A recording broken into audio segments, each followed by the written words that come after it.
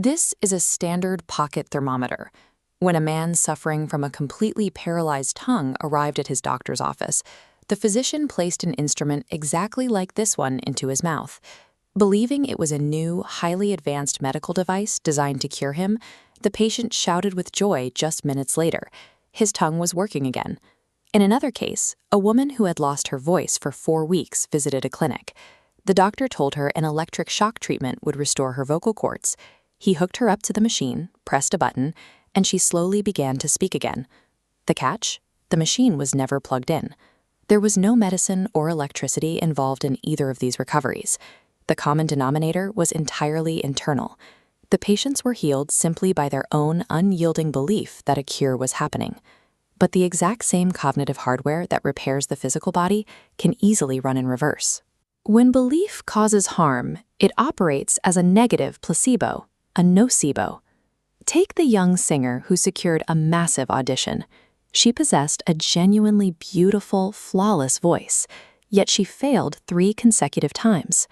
Before every interview, she sat backstage and vividly visualized the audience hating her, actively instructing her brain to fail. Whether it is curing paralysis or tanking a promising career, the mind forces the physical world to conform to its expectations. To stop sabotaging ourselves, we have to look under the hood and understand how the 2 distinct operating systems inside our heads actually communicate. Think of your conscious mind as the captain of a ship. It sits on the bridge, analyzes the horizon, and calls the shots. But beneath that watertight door is a completely different entity. Below deck is your subconscious. Looking at this command structure, we see how the system operates. Information flows strictly one way. The subconscious is the crew in the boiler room, blindly shoveling coal and steering the rudders based entirely on the captain's orders. They do not know the destination. There is a massive operational flaw in this setup. The boiler room crew has no windows. Your subconscious cannot differentiate between right and wrong, or a true statement and a false one. It accepts whatever the captain yells down the radio as absolute, literal fact. You see this play out in everyday life.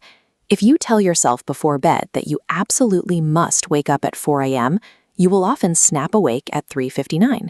Your conscious captain gave a strict order, and your subconscious crew executed it down to the exact minute. To see what happens when you have to manually override a bad order, look at the legendary opera singer Enrico Caruso.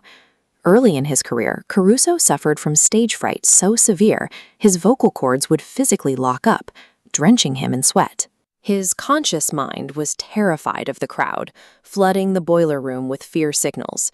In response, his subconscious shut the body down to avoid the perceived threat. To break the paralysis, Caruso literally yelled at himself backstage. He demanded the little me inside step aside, forcefully feeding new, hyper-confident coordinates down to his crew. He walked out and delivered a flawless performance. The subconscious manifests whatever the conscious mind forcefully dictates. Managing your mental inputs becomes a functional requirement for achieving specific external outcomes. So how do we reliably pass new instructions down to the boiler room without having to scream at ourselves in a dressing room? You use a timing hack. This 24-hour timeline highlights the moments when the cognitive barrier between your 2 minds drops. The firewall is thinnest during 2 specific windows: the few minutes right before you fall asleep and the hazy moments right after you wake up. If you want to program your mind for wealth, you have to avoid the psychological trap of resenting rich people. The subconscious pushes away what it hates. If you constantly criticize people who have money, your brain logs wealth as a negative and instinctively steers you away from it. To reverse this, actively bless the success of others.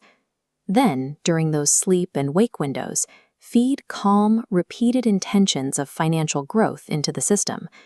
You use the exact same state of calm acceptance for relationships. By clearly visualizing the specific traits of the partner you want, like honesty, loyalty, or a peaceful demeanor, you pre-program your subconscious radar to seek out and recognize those exact qualities in the real world. This programming also influences how we perceive vitality. In Dr. Joseph Murphy's view, we do not become old simply through the passage of years, but by losing interest in life and abandoning our dreams. When you look at historical anomalies, you find a different internal script. Playwright George Bernard Shaw refused to accept creative decline, remaining highly productive and active well into his 90s.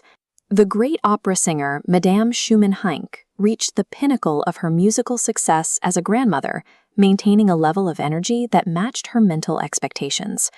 The achievements of these artists into their 80s and 90s highlight a pattern. Their physical and creative longevity mirrored their mental refusal to retire from life. By consciously directing our internal suggestions, we shift our focus toward opportunities we previously ignored.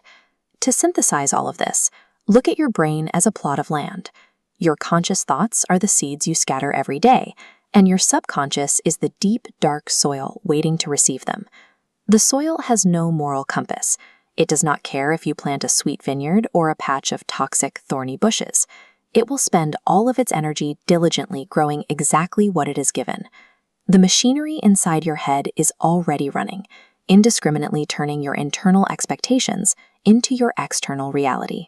The only question left to answer is, what seeds are you planting today?